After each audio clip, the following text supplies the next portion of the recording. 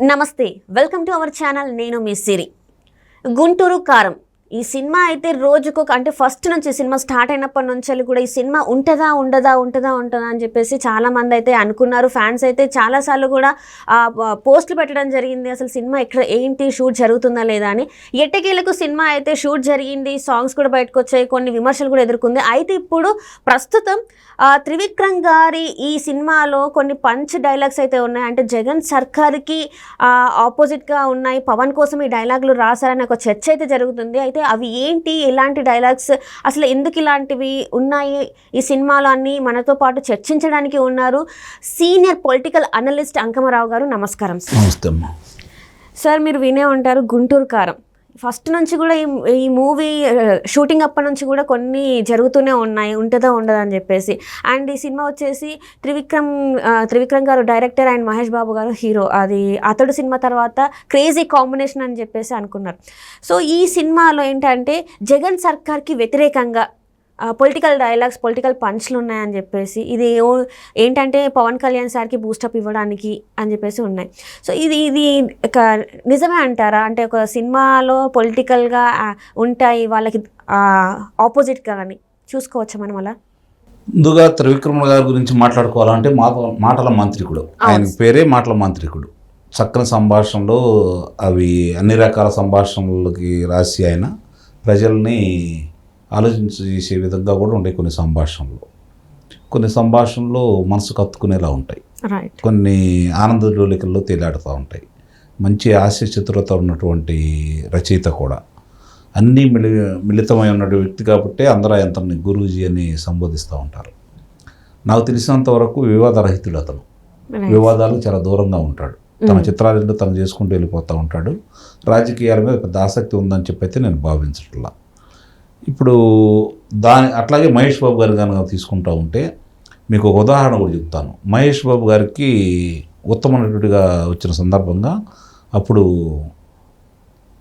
రాజశేఖర రెడ్డి గారు ముఖ్యమంత్రి, కృష్ణ గారు ఆ పార్టీకే ఉన్నారు. అప్పుడు వేదిక మీద అందరూ వచ్చేసి అందరూ చేతులు ఎత్తారు, చేతులు ఎట్లా పట్టుకున్నారు. మహేష్ బాబు చేతులు ఎత్తల, కృష్ణ గారు బలవంతంగా చేయి పైకెత్తాడు. అంటే రాజకీయాలకు చాలా దూరంగా ఉంటాడు మహేష్ బాబు కూడా.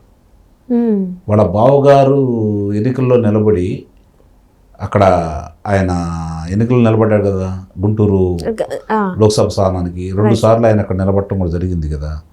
మరి ఆయన వెళ్ళి ప్రచారం కూడా చేయలేదు, కనీసం పిలుపు కూడా ఇవ్వలేదు. నా అభిమానులందరూ ఇట్లా మా బావగారికి ఓటేయండి అని చెప్పని. మరి అలాంటి వ్యక్తి కథానాయకుడు నటించే చిత్రంలో ఇలాంటి వివాదాస్పద అంశాలు ఉన్నాయంటే మనం నమ్మొచ్చా? చిత్రపరంగా తీసుకున్న సన్నివేశాలు కావచ్చు. ఇప్పుడు అరవింద సమేతలో రాయలసీమకు సంబంధించి ముఠా తగాదాలకు సంబంధించి చిత్రాన్ని రూపొందించడం జరిగింది. అక్కడ కూడా ఇబ్బందికరమైన సన్నివేశం. మరి అతను ఎన్టీ రామారావు గారు నటించారు కదా దాంట్లో, జూనియర్ ఎన్టీఆర్ నటించారు. మరి ఆయన నటించిన దాంట్లో కూడా వివాదాస్పదమైనటువంటి సంభాషణలు అయితే లేవు కదా. అట్లే ఇట్లాంటివన్నీ ఏంటంటే ప్రచారానికి వీళ్ళు కొంతమంది నిర్మాణపరంగా కొన్ని అసత్య ప్రచారాలు ముందు తీసుకొస్తారు, ఎందుకంటే చిత్రానికి ప్రచారం రావడం కోసం.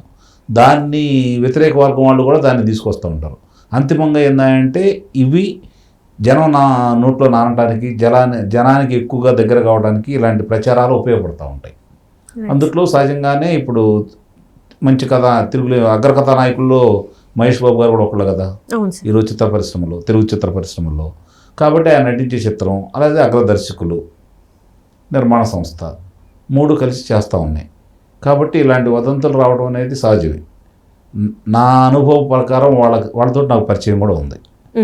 నాకు తెలిసినంత వరకు వాళ్ళు ఇలాంటి వివాదాల్లోకి ఏలు పెడతారని కానీ, లేకపోతే దాన్ని అనవసరంగా వివాదాల్లోకి ఆ చిత్రం లాక్కుంటారని అయితే నేనైతే భావించట్లేదు. ముఖ్యంగా దానికి మహేష్ బాబు గారు ఒప్పుకోరు, అట్లాగే త్రివిక్రమ్ శ్రీనివాస్ గారు కూడా ఒప్పుకోరు. అంటే పవన్ కళ్యాణ్, అంటే మన జనసేన అధినేత పవన్ కళ్యాణ్ గారి కోసం ఏమన్నా స్క్రిప్ట్ అంటే జనాల్లోకి వెళ్ళడానికి ఇది ఈ సినిమాని ఇట్లా వాడుకుంటున్నారని జరుగుతుంది సార్. అట్లా ఏమన్నా చూడొచ్చా మనం? పవన్ కళ్యాణ్ గారు, త్రివిక్రమ్ శ్రీనివాస్ గారు మంచి స్నేహితులు. ఆయన నటించే చిత్రానికి ఆయన కనుక ఏదైనా ఇలాంటి చిత్రాలు నటిస్తూ ఉంటే, అవి రాజకీయ నేపథ్యం కనుక ఉంటే దాంట్లో జొప్పించారంటే ఒక అర్థం ఉంది. మహేష్ బాబు చిత్రాలను ఎందుకు జొప్పిస్తారు? అది అది వాస్తవం అయ్యి ఉండదని చెప్పని నేను భావిస్తున్నాను. మరి ఎందుకు సార్ ఇలాంటివి ఎందుకు ఎక్కువ మన జనసేన అధినేత పవన్ కళ్యాణ్ గారికి ఎందుకు ఇలాంటివన్నీ జరుగుతున్నాయి? తనకి ఎందుకు అంటే జనాల్లో మంచి పేరు లేకపోతే నెక్స్ట్ అధికారంలోకి వస్తారనే దీంతోనే ఇలాంటివన్నీ ప్రచారాలు జరుగుతున్నాయి అనుకోవచ్చు మనం. ఎవరి అభిమానం ప్రకారం వాళ్ళు చూసుకుంటూ ఉంటారు. ఇప్పుడు ఆయన ఎన్నికల్లో పొత్తుతోటి వెళ్తున్నారు, తెలుగుదేశం పార్టీతో కలిసి. పొత్తు వాళ్ళిద్దరు కలిసి ఒక ఒప్పందానికి వచ్చారు, ముందుకెళ్తానే ఉన్నారు. మొన్న యువగళం ముగింపు సభలో కూడా మళ్ళీ ఆ రోజు తర్వాత చంద్రబాబు నాయుడు గారును పవన్ కళ్యాణ్ గారు ఇద్దరు కూడా పాల్గొనడం కూడా జరిగింది. మరి ఆయన రాజకీయ నేపథ్యం ఏందనేది రేపు పొద్దున పొత్తుల్లో ఎవరికి ఎన్ని స్థానాలు తీసుకొని పోటీ చేస్తారనే విషయంలో ఆయన కూడా చాలా స్పష్టంగా చెప్పడం కూడా జరిగింది. మనకు రాజకీయ అనుభవం లేదు, పరిపాలన అనుభవం లేదు, ముందుగా మనం శాసనసభలో మనం వెళ్ళాలి, శాసనసభలో వెళ్ళాలి కాబట్టి మన బలం ఏంటో తెలుసు, మన బలహీనతలు తెలుసు. మీరు ఇంతమంది వచ్చి నా దగ్గరకు వచ్చేసి నన్ను చూడటానికి వస్తున్నారు, నా మాటలు వినడానికి వస్తున్నారు, కానీ ఓట్ల రూపేణా నాకు రాలేదు, తీసుకెళ్లి వైఎస్ఆర్సీపీ పార్టీకి వేశారు మీరు. కాబట్టి ముందు నన్ను శాసనసభలో గడువు పెట్టనివ్వండి, ఒక 10 సంవత్సరాలు మా పొత్తు ఇలా కొనసాగాలని చెప్పి ఆయన కోరుకుంటున్నాడు. అంటే ఇప్పుడు ఆయన ఒక్కడే ఎన్నికల్లో పాల్గొని ముఖ్యమంత్రి అభ్యర్థి కావాలని చెప్పని ఎన్నికల బరిలో నిలిస్తే ఆయన్నే ముఖ్యమంత్రి అభ్యర్థిగా ప్రకటించుకుంటే వాళ్ళ పార్టీ కూడా ప్రకటిస్తారు. ఇద్దరు ఉన్నప్పుడు ఆయన ముఖ్యమంత్రి అభ్యర్థిగా ప్రకటిస్తే అప్పుడు ఆయన గురించి ఇలాంటి చిత్రాలు నిర్మించారు, ఆయన కోసం చిత్రాలు నిర్మించారంటే మనం కూడా నమ్మొచ్చు. కానీ ఇప్పుడు ఆయన పొత్తులో వెళ్తున్నాడు.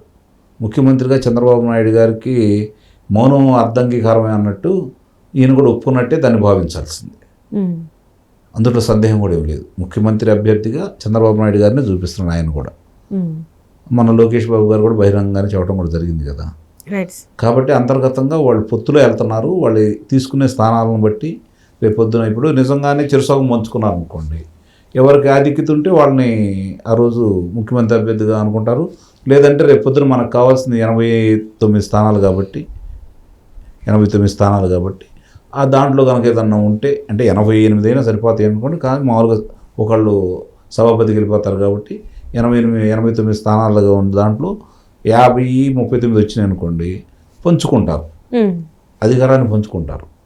కానీ వీళ్ళిద్దరు కలిసి వెళ్ళేటప్పుడు ఈయన ఒక 40 స్థానాలకు 20 స్థానాలకు పరిమితం అయిపోయారు అనుకోండి, ముఖ్యమంత్రి అభ్యర్థి అనే ఆలోచన అయితే రాదు కదా. కాబట్టి ఇవన్నీ ఊహాగానాలు. కొంతమంది ఏంటంటే వీళ్ళిద్దరు పొత్తులో ఈరోజు రాష్ట్రంలో వీళ్ళిద్దరు కలిసి పొత్తులో కనుక వెళ్తే ఇప్పుడున్న అధికార పార్టీని తిరిగి కోలుకోలేని విధంగా దెబ్బతీసేసి వీళ్ళు అధికారంలో రాబోతున్నారని చెప్పి అంచనా వేస్తున్నారు. కాబట్టి ఈ పొత్తుని ఎలాగో అలా విచ్ఛిన్నం చేయాలని, ఈ పొత్తు వీళ్ళు కలిసి ఎన్నికల్లో పాల్గొనకుండా ఉండాలని చెప్పని సహజంగా వ్యతిరేక పార్టీలు పనిచేస్తే అది తప్పు కూడా కాదు. ఎందుకంటే ఎవరికాళ్ళ అంతిమంగా మేమే అధికారంలో రావాలని కోరుకుంటారు కాబట్టి వాళ్ళు ఆ ప్రయత్నాలు చేస్తుండో తప్పు లేదు. కానీ ఇప్పుడే ఇట్లాంటి దానికి ఈ చిత్రపరంగానూ ఇలా చేస్తాడని కానీ దానికి ఆయన ఉంటే ఉన్న సంభాషణ రాసేవాడేమో. కానీ ఆయన లేడు కాబట్టి పవన్ కళ్యాణ్ గారు, మహేష్ బాబు గారు ఈ వివాదాలకు దూరంగా ఉంటాడు కాబట్టి నేను దీంట్లో అలాంటి సంభాషణలు ఉంటాయైతే నేనైతే భావించట్లేదు. కొన్ని చెనుకులు ఉంటే ఉండొచ్చు, సమాజానికి సంబంధించిన ఏదన్నా దాంట్లో కొన్ని చెనుకులు ఉంటే ఉండొచ్చు. ఇప్పుడు ఎలా ఉంటుందంటే గుమ్మడికాయల దొంగ ఎవరంటే భుజాలు తోముకున్నట్టు దొంగతనం చేసిన వాళ్ళకి లేకపోతే అలాంటి కార్యక్రమాలు చేసిన వాళ్ళకి ఆ ఉలికిపాటు అనేది ఉంటుంది. రైట్.